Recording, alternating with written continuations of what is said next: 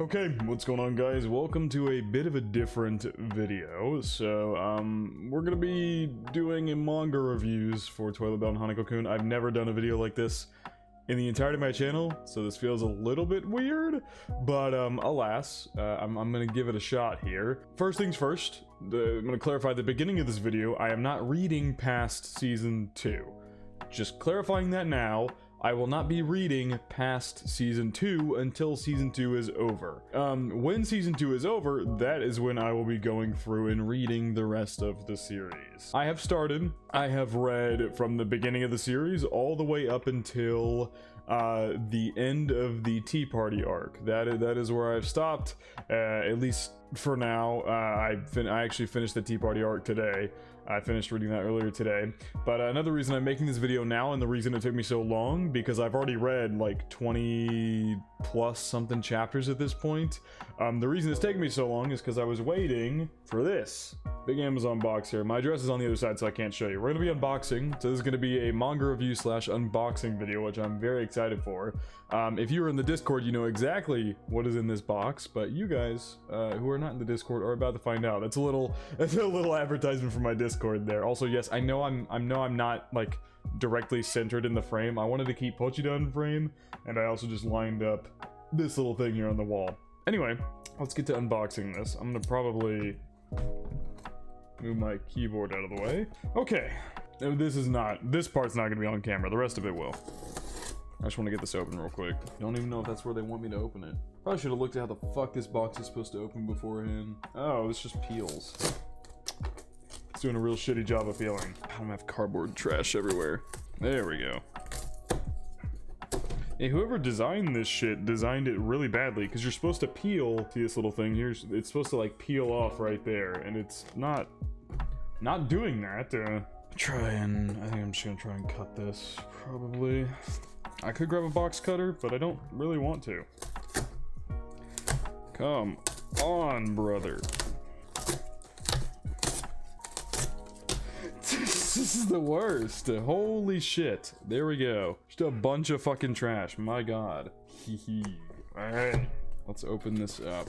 You guys just got a sneak peek of what it was. Let's get this box out of the way. Make sure I don't flash my address in the process. Okay, this is what I've purchased. This is the first of two. There's two of these boxes. This is volumes. I don't know if you're gonna be able to read it, but it does say on the top there. See if my camera will focus. Focus, fucker, focus. That's not gonna focus. You just got to see my OBS there. This is volumes 1 through 10. This is the box set. I think it looks really fucking cool because, in particular, it's like the bathroom stalls, which I think is really cool. It's got the bathroom stalls on either side. You've got Amane's knife on there, some other little stuff on there, some charms, some handprints. Really fucking cool. And then on this side, you just have some really cool art of Amane and then Yashiro in there. So this is really cool.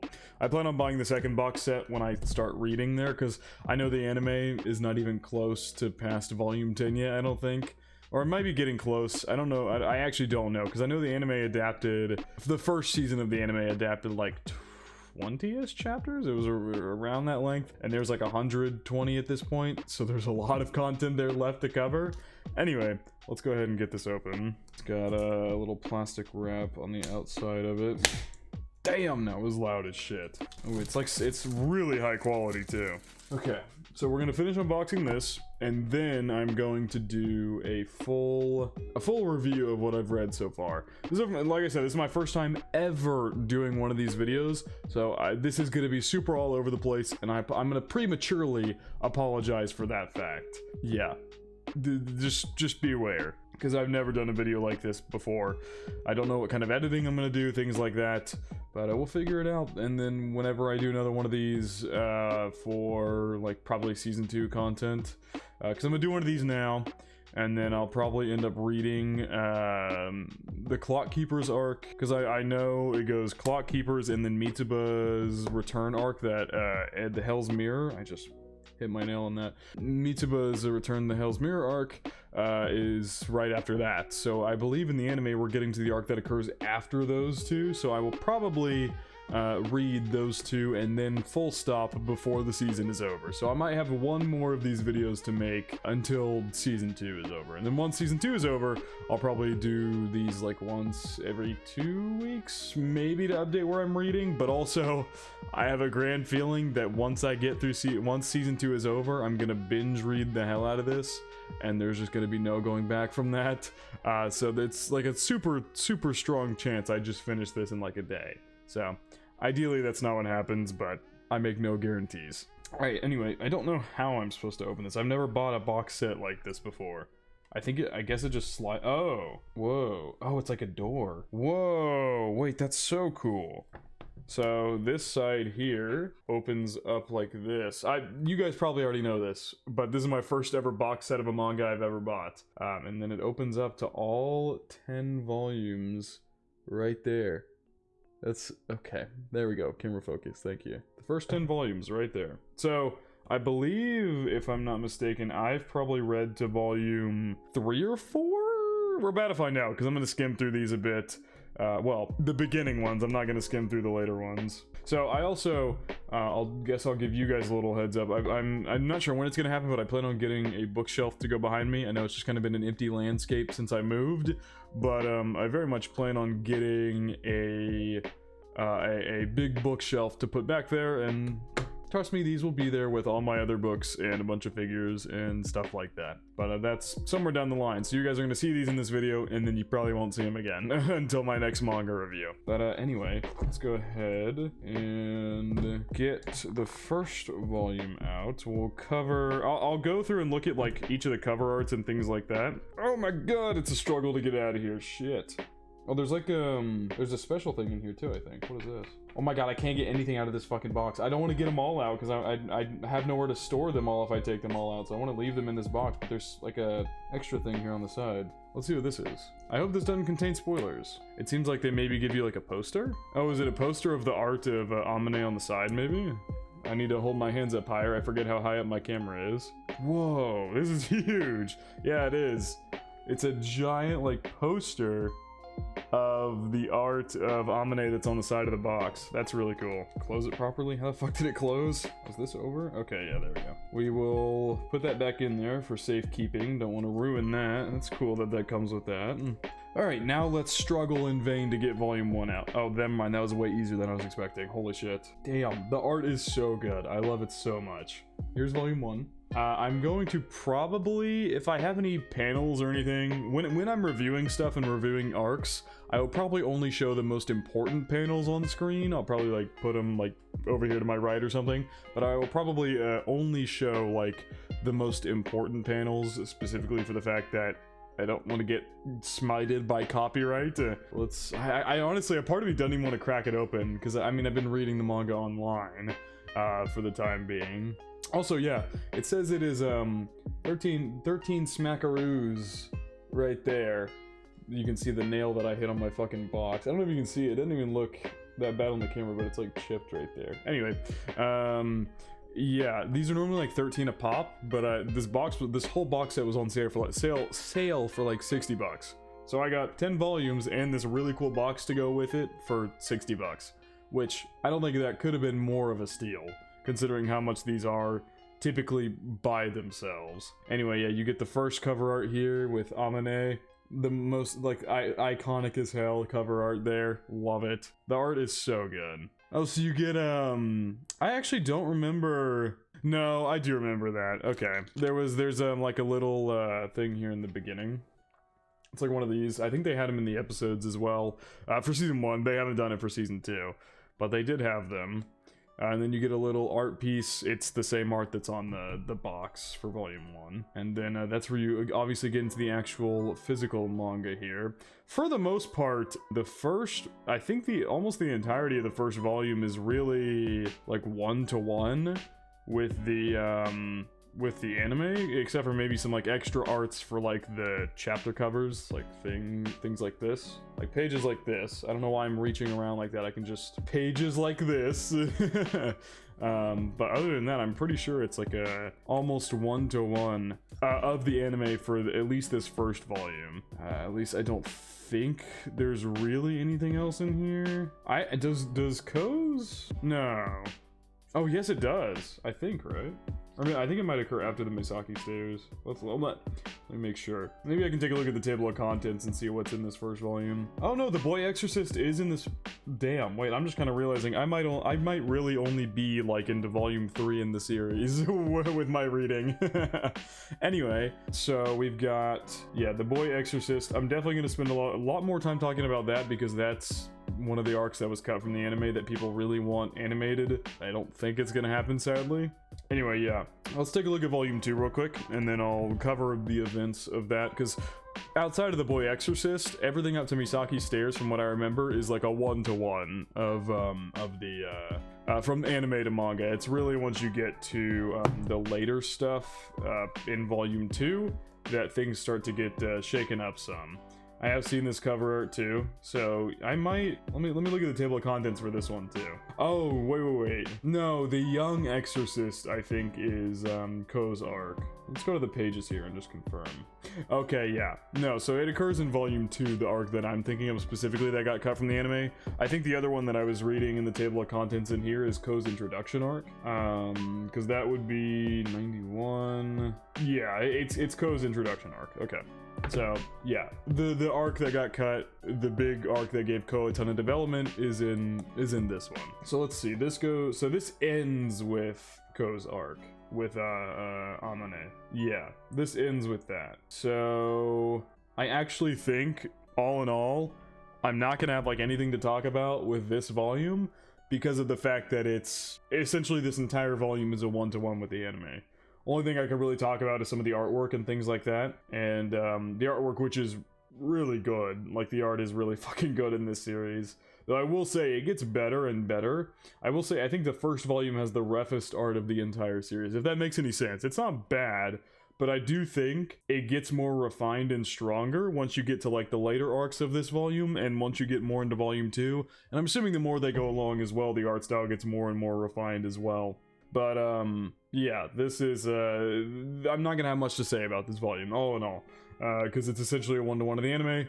You guys know my thoughts on the anime, so my thoughts are largely the same for this as well. So we're gonna put this to the side, unless I come up with any other thoughts to say. I think that's about it for that one. So, let's check volume 3 now. So, okay, yeah. So now, with volume 3, we get into, that's a really cool cover, actually.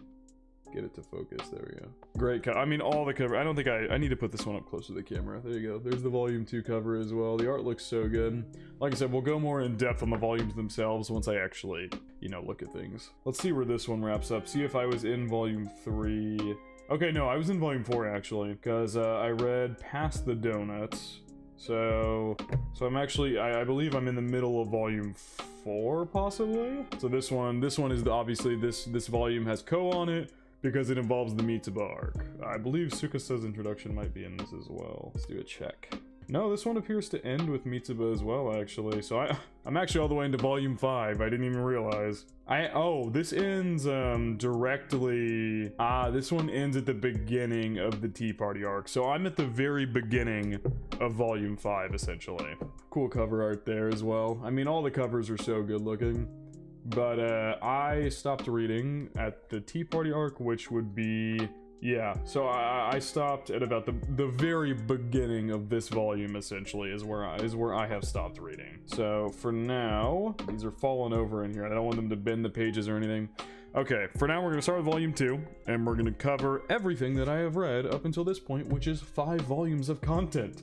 I don't know how long this video is gonna end up being, because I don't really know how much I'm gonna have to say. Once we start getting to later chapters, like newer stuff, like post season 2 stuff, whenever season 2 is over and I start reading past that and beyond, then I'll have a lot more to say. For now, these videos might end up being rather on the shorter side, as I only kind of cover things like what arcs were shifted and how I feel like that impacts things, and really all I can talk about is art outside of that stuff.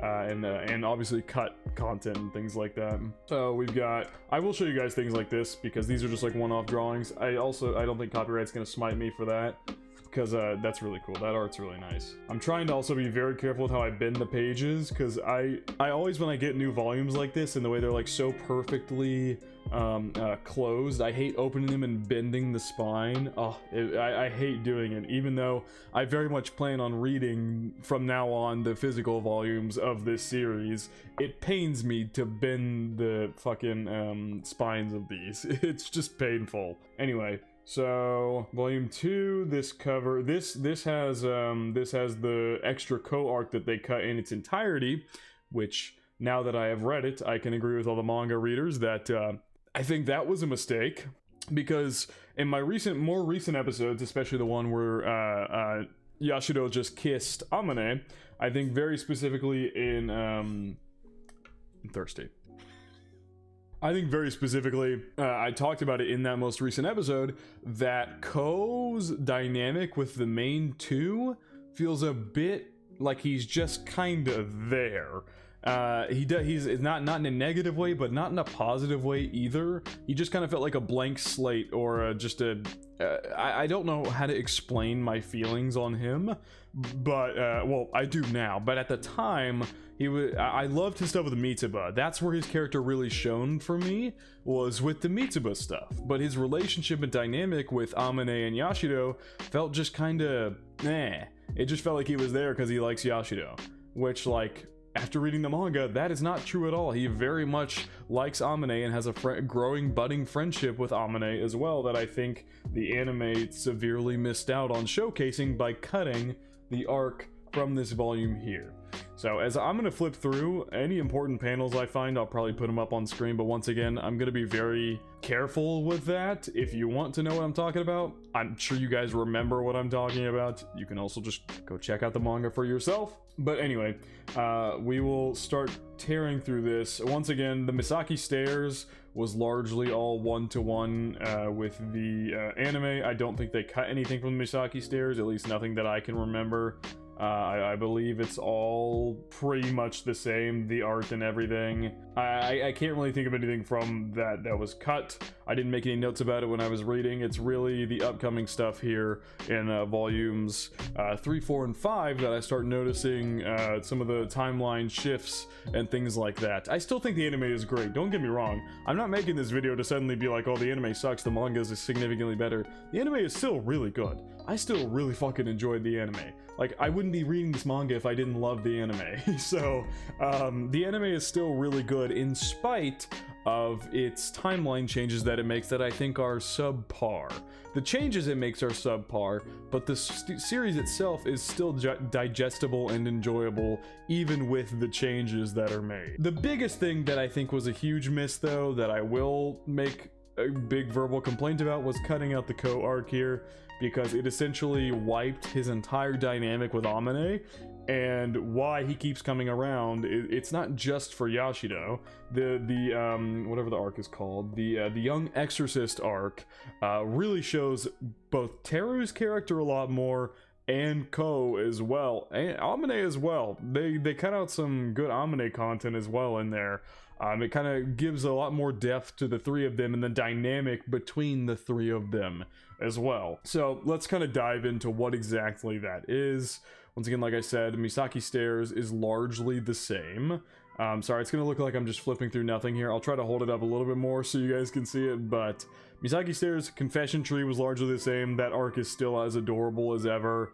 It is just as adorable as it was in the anime. Yeah, you got Amane's little smooch here that he gives Yashido. God, I need to learn how to position things better. You got that. Sakura's first introduction is here. Her dreaming about him kissing her. Okay, let's see. So yeah, it goes Confession Tree, which once again, like I said, is an absolutely adorable arc. Within the art, especially in that segment, is so good. And like I said, I kind of showed you guys that panel there, but I really do need to hold back. I'm looking at the panels and I really want to show you guys because I'm like, oh, this is such a good panel. But I also don't want to lose this video, so if there's any panels that are super important, like I said, they'll be up on screen, you'll see it. But now we're at him apologizing to her about making her cry, and this like full page art here is so good. That was the first time you really see a like entirely different side to Amane that you've never seen before. And now we get into the young exorcist arc that was entirely cut. So in this arc here, we've got I'm gonna do it off memory first, and then I'll look through the pages and try and recount for you guys. So just straight off the top of my dome, it's been I don't know, a couple days since I think I read this like Wednesday or something. I'm recording this on Friday, by the way. This isn't a pre-recorded video. At least I plan on posting this on Friday, the same day that I'm recording it. Yeah, it starts off with a flashback with Ko and Teru, where Teru is taking out a monster, and when he turns to look at Ko, he's got this big smile on his face. And then the chapter starts off with I can't let me I said I was gonna do it from memory, but I want to be sure about this one detail real quick, because when he comes out of the flashback, yeah, it's that scene. So they like what I noticed about this arc, I remember thinking this while I was reading it, is they put parts of it in there, like the beginning of the arc where Yashido and Hanako are like on either side of Ko, and they're like talking back and forth, like Yashido's trying to run a compatibility thing or something like that across him. Like stuff like that that's in this arc is in the anime, but they cut out the big meat and potatoes of it, which occurs right after this. So Teru shows up, and he basically this was all in the anime as well, where Teru basically tells Ko that he's gonna take him off the mysteries case because Ko isn't dealing with Amane how he needs to. And Ko obviously fights back against that, saying that he wants to handle it, and so Teru lets him. But then what's entirely completely cut, at least from what I remember, I don't remember a single ounce of this being in the anime, and every other viewer imaginable has also said this as well, that this was all cut. Ko goes looking around to see if Amane does anything evil in his spare time to give him an excuse to exorcise him. So then he starts following him and whatnot. Amane finds him. I think like Ko almost got caught by the teacher, and in that time Amane spotted him, and then Amane says he's like looking for things that the Moke have stolen and left all over campus, and he returns them to the people who lost them. And Ko, I believe he says something like, this guy can't be an evil spirit or something like that. And then one of the Moke, when we don't see it happen, or maybe we do and I just wasn't looking hard enough, but one of the Moke steals Ko's little traffic safety earring, and they hide it, and then Amane asks Ko to help him find it because he spotted it up on like a very tall place, and they get it all the while Amane falls out of the window and everything like that. But he's a ghost, he's totally fine. And then he shows Ko that he had it, and that really, the interactions there, I want to, one panel in particular that I want to look at, that this one will probably go on screen. It's one particular panel with the two of them, where after he gets up and Amane gives it to him, he gives this goofy grin, and then they like start joking with each other. There was one panel in particular, maybe it was before that actually. But there's one, yeah, okay, it is. It's when Amane like gives it. Oh, okay. So Amane falls and he says, "I thought I was gonna die," but Ko says, "You're already dead." To which Amane says, "Oh yeah." And then there's kind of a ... and then they giggle about it together, and that was like the cutest shit ever to me. As soon as I saw that, I was like, I can't believe they cut this, because in the anime, like I said earlier, it really feels like Ko is just in it because he likes Yashido. But this just, oh man, it deepens their friendship so much. Like Ko really starts to like see Amane as like a good person and a good spirit, and he wants to like befriend him and all the above. And just this one little moment, this one little panel with Amane giggling and Ko breaking a smile even if maybe he doesn't want to or whatever. It's just so adorable. But then Amane kind of freaks out after Ko says, I'm sure you had your reasons for doing it, because Ko says, "I'm not going to exorcise you," and Amane says, let's see what he says. "Exactly what kind of reason would justify killing another person?" So basically, in the subsequent scene, you get a crazy face from Amane. And it just, to me, it felt very strongly like Amane doesn't want to be forgiven. Because Ko was all like, "Oh, you're a good spirit, I'm not gonna exorcise you. I was just running my mouth. I'm sure you had your reasons for murdering somebody."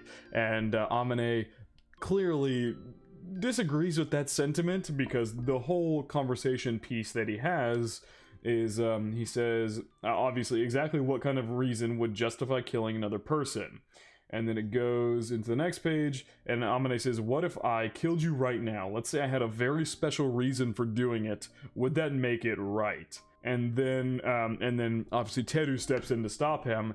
Amane seems to very much struggle with the fact that he murdered his own brother. At this point in the series, you obviously don't know that, but he has done that. And so I just think the subsequent fight, obviously Teru, we get some more details into how Teru fights and kind of the insane strength that he has in comparison to Ko.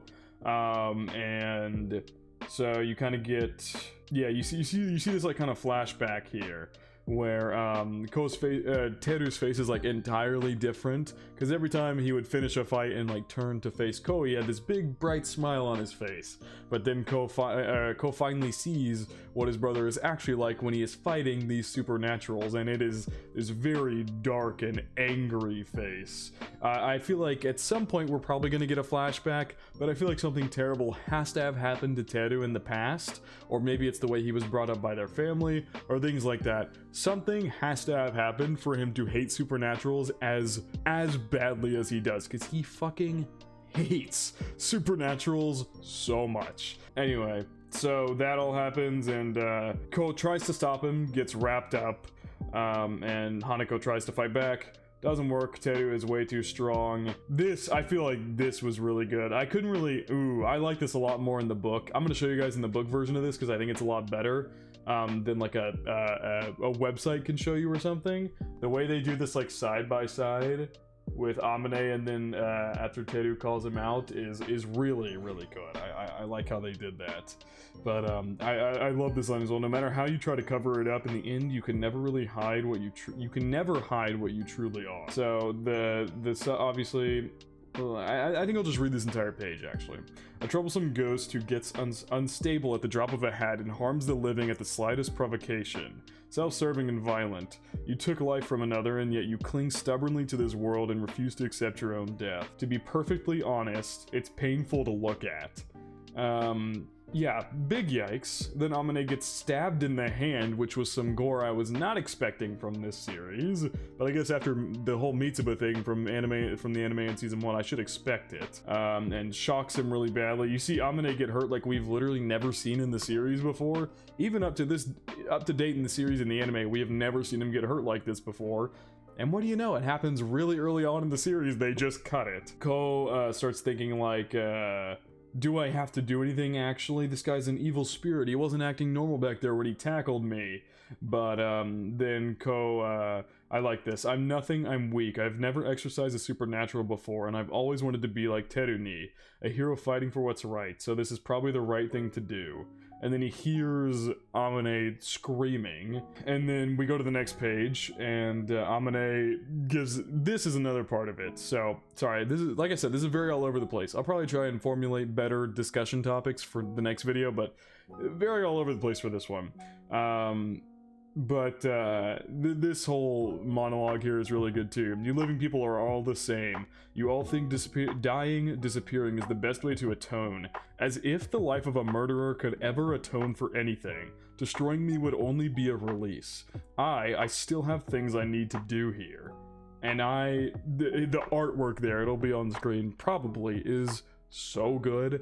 Like, Amane's face is just something you, like, more emotions you don't normally see from him when he's in his usual troll attitude and things like that. But I really like the sentiment here that, like, killing Amane does nothing. He killed somebody in his real life, and killing him does not atone for that death at all. He says he has things that he has to do here in this real world, which I would assume is his atonement for murdering Tsukasa is helping people who are near their death. We only learned this very recently in the anime, but only people who are near death or they're born to like exorcist families can see supernaturals.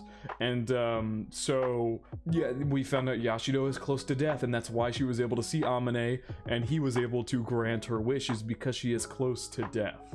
And So I believe what Amine's atonement for murder is, for murdering Tsukasa, is helping these people, or helping as many people as he can, which he's seemingly been doing for a long time now. I'm not sure how much he feels would atone for killing his brother, but at least that's how I interpreted that little spiel from him. And then I'll read this monologue from Ko as well. Things he needs to do. He's a supernatural, but he helps people. He protects us.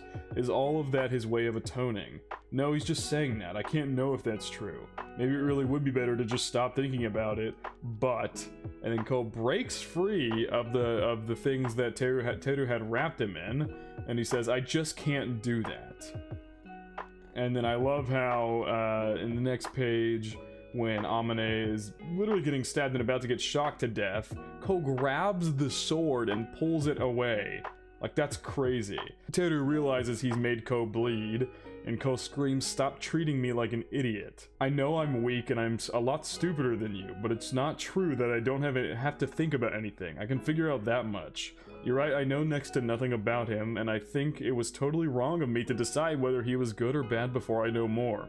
But exercising all the supernaturals just because supernaturals are dangerous, I think there's something wrong with that. It's gonna take some time, I'm gonna get stronger just like you, Teruni, and then I'm gonna decide what to do. If I need to, I'll exercise him, so keep your hands off him. It characterized Ko so much more. He is fucking awesome. And they cut out so much incredible development for him. That is by far my biggest complaint. The timeline switches are not that egregious. They're honestly not that bad. I have minor nitpicks about them, but it's really not that bad. The anime is still fine. I still watched it and still loved it and still love it, even knowing the timeline changes that were made. But I don't think I can forgive that, because one of the main characters in our trio feels a lot more shallow because we missed an entire segment of him proclaiming why he wants to get closer to Hanako and know him better. It makes his role in the trio way more fleshed out because his reason for hanging out with him is not just to stop Amine from doing anything to Yashiro or because he likes Yashiro, but because he also likes Hanako and wants to get to know him better as well. That's why in the subsequent arc, the library arc, it feels a lot better because in that arc, Yashiro proclaimed that she wanted to get to know him better pretty early on. Like, I believe Tsukasa makes... I can't remember if Tsukasa makes his first appearance and then the library arc occurs. Actually, let me confirm that real quick. Let me confirm the order of arcs here. Okay, no, it is the book stacks right here. So, I'm trying to remember what led up to Yashiro wanting to find out more about Amine. It had to have been something in this volume. Was it right after the Misaki? Oh, it was the confession tree. That's right. After the confession tree was the first time she found herself intrigued to the point that she wanted to find out more about Amine, which leads to after Ko's arc, the 4 p.m. book stacks, which is where we meet Tsuchigomori. Tsuchigomori. There you go, that's how you pronounce it. So, essentially, I feel like it makes Ko's motives a lot better, because in that arc, Ko is all up and at him to find out more about Amine and things like that, and in the anime I was kind of like, alright, I guess he wants to know more as well, because for Yashiro, we just got context for why she wants to know more, but Ko's kind of felt like it came out of nowhere, and it felt very shallow, like something was missing. And, what do you know? Something fucking was missing.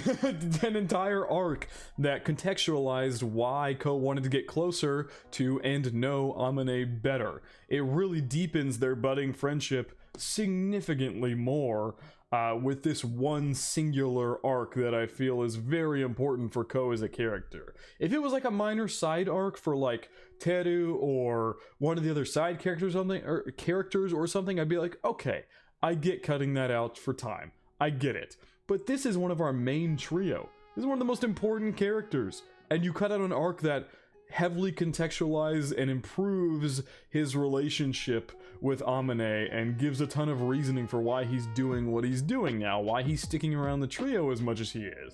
It's not just for Yashido to protect her, it's to get to know Amane better as well, which is why whenever Tsuchigo Mori makes them tell their secrets, they both are like pushing Amane to do it as well, because they want to learn more about him. And that's also why Ko is so eager to go into the library in the first place with Yashido, is because of the fact that he wants to know more about Amane now. He wants to know more about him to decide what he should do with him. Because before he just kind of gave him a pass, he was just like, yeah, you're not a bad spirit, just after seeing him help him once. So, and then obviously the whole event happened there, and it led Ko to want to know more about him before he makes any kind of decision.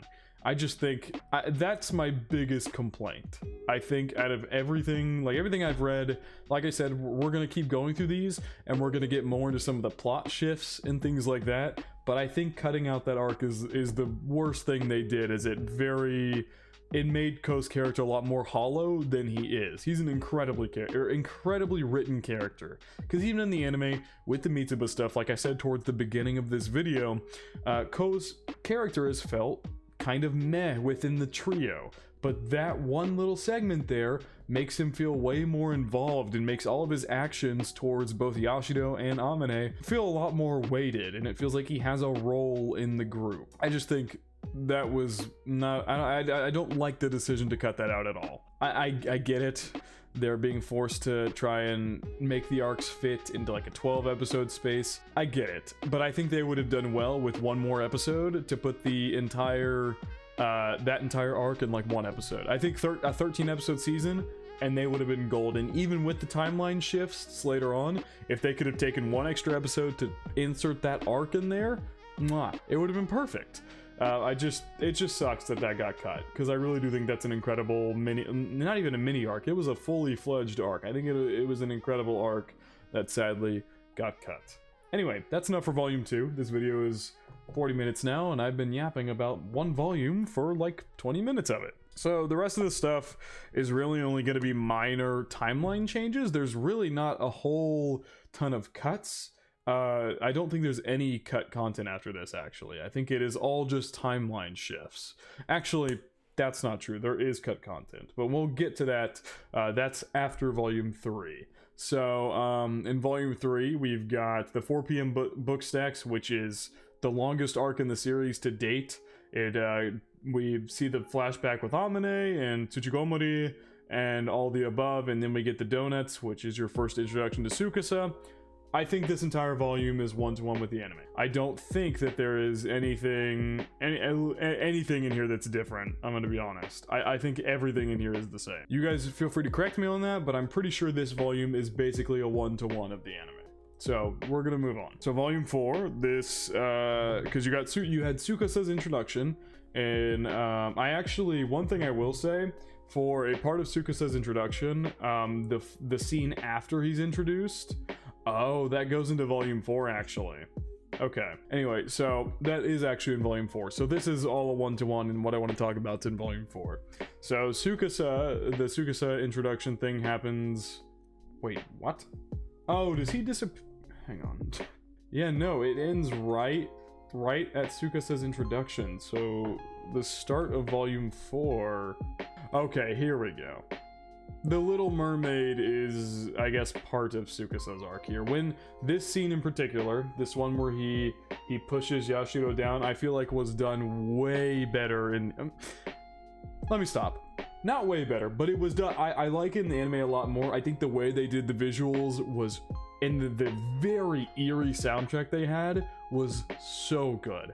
I really like the manga bit for this, but I also think the anime did that scene justice and then some. That's one of the scenes that I was genuinely like, when I compared it to the anime, I was like, this scene is really fucking good in the show. It's really creepy and unnerving, which I think is exactly what you're going for. Is Amane is just like distraught and completely not in his right mind for what he's doing.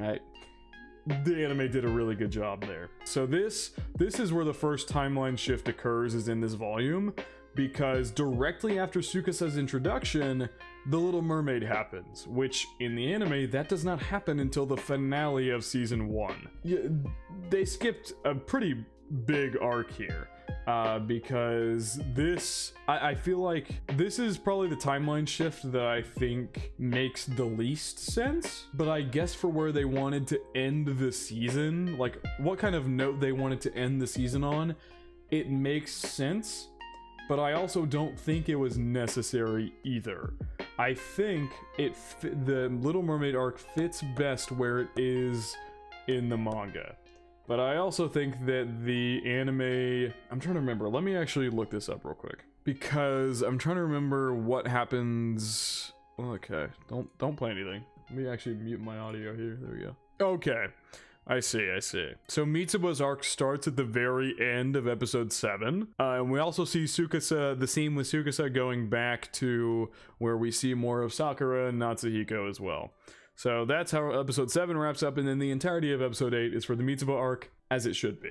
What I think they, personally, I guess episode time-wise, I guess I don't know where you would fit the Little Mermaid in, because of the fact that it happens directly after Tsukasa's introduction, which, to be fair, I still think the shift is odd, but I guess for episode time-wise, because I'm looking at it now, and it does make sense why they did it, because when Tsukasa's introduction finishes, like the whole donut segment and Tsukasa's introduction finishes, it's at like 17 minutes in the episode. So there's no possible way they could fit all the Little Mermaid into the back half of that episode, and then have time to have an entire episode dedicated to Mitsuba. There's no way they could have done that, sadly. As much as I think the Little Mermaid arc fits where it is in here, I get why they couldn't do it. But the Little Mermaid arc fits really well here. It's basically a one-to-one of the anime, but what I like is that it follows up directly after Tsukasa's introduction, instead of like later in the season where we've already seen Tsukasa several times at this point. Because the whole point of the Little Mermaid is for Yashiro to confirm her want to know more about Amane and tell him or I guess maybe not tell him directly because he overheard her and Tsuchiko Mori speaking, but for them to open up a dialogue about his past for the first time, really. Where Amane tells her that he tells her that he killed Tsukasa and that he will tell her more about it in the future, but he just needs her to be his assistant for a while longer, or until then is what he says. And I just think that fits super well directly after Tsukasa's introduction, because it means the next thing that happened is they talked about it, because in the anime that happens and then you see Tsukasa like 3 more times in the season, and then at the very end of the season they finally are like, Amane's finally like, okay, I'll tell you about my brother. I just think it's a little weird. It still works, but it's just a little weird in my opinion. So once again, the timeline changes are more minor complaints than anything, because they're not that bad. The anime still is fine. My biggest complaint, like I said, is the cutting of Ko's arc, but the timeline changes are not the most egregious shit ever. I think they're fine. Well, I don't think they're fine, but it's not that bad. The anime is still very enjoyable. So yeah, the Little Mermaid arc occurs, and then I believe... So yeah, you get a special scene, which was not in the anime. It's the same scene that occurs in the anime, except for it has added content of Tsukasa killing the fish that went to try and bring Yashiro to their realm. Tsukasa just straight up murders that fish, which is crazy. So that's a scene you don't see in the anime. And then next is the Mitsuba arc, which is one-to-one from the manga. There's not much to talk about there, except for the fact that it's just as sad. It is just as sad, and actually, I would say the manga is a little creepier. One of the visuals in particular they do in the manga is really fucking creepy, which I loved. This one on this page right here is so fucking creepy. I love it. Yeah, this was basically one-to-one from the anime again. I don't really have anything else to add here. It's still just as heartbreaking for Ko as it was originally. There is actually another extra scene here that got cut, where the people go speak, or the remaining fish that didn't get killed by Tsukasa go and speak to the mermaid herself. I was gonna show it, but if necessary, I'll probably put it on screen. You guys might not, if you're super far in the manga, you might not even remember this. It's a very minor scene where so let's read this here directly, because this is the mermaid speaking. She says, a supernatural being disrupting the supernatural rumors. She may be an imbecile, but that girl is technically one of us. I wanted to give her shelter here before anything happened, but it would seem I am forced to give up on that hope.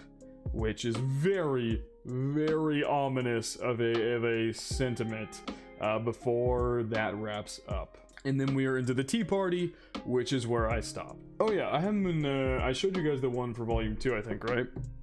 I haven't been, yeah, I did. I didn't show, I mean, you guys, if you have the mangas, you've already seen them, but I feel like showing them for my own sake. But there's a cool art here, it's a sideways one. There's a really cool art there. And then in volume 4 as well, there is a goofy looking art right there of them all trying to be scary. But yeah, that basically wraps it up, because the Tea Party arc was also pretty much one-to-one with the anime. That catches up where I've read. I have not read Hell's Mirror or the Clock Keepers. My issue is I don't know if the Clock Keepers, I think it's done. At least I think it's done in the anime. I'm not certain, I'm gonna be honest, if it's done in the anime yet. So I might hold off on reading until after this weekend to see if we're moving into another arc yet, or if Yashido kissing Amane was another arc in and of itself. I have no idea. All I know is that is where I have stopped for now. This is already a super long video, but I had a ton of fun doing this. I will try and get better at these as we go along, because this was probably a little all over the place. I'll probably write down some thoughts and things I want to talk about for next time, because yeah, this was super all over the place.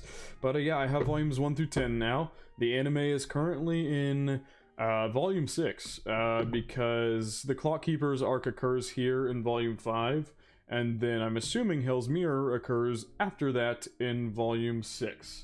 And then we're probably catching up to where we actually are in the anime, and yeah, all in all, I'm super excited to see where this goes from here. And like I said, these videos are probably going to be few and far in between until season 2 is done.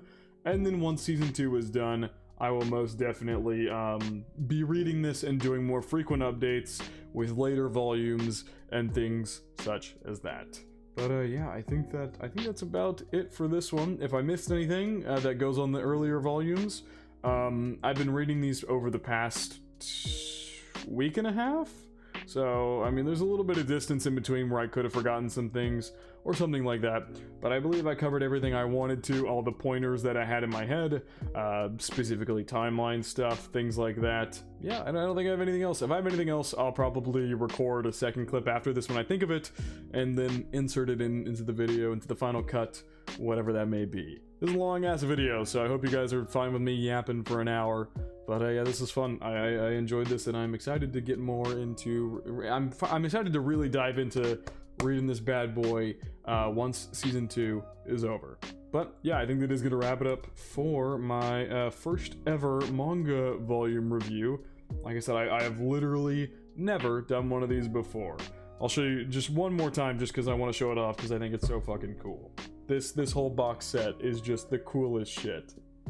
I just want to show it off one more time. Anyway, I think that is going to wrap it up. Hope you guys did enjoy, and I hope you all have a good day.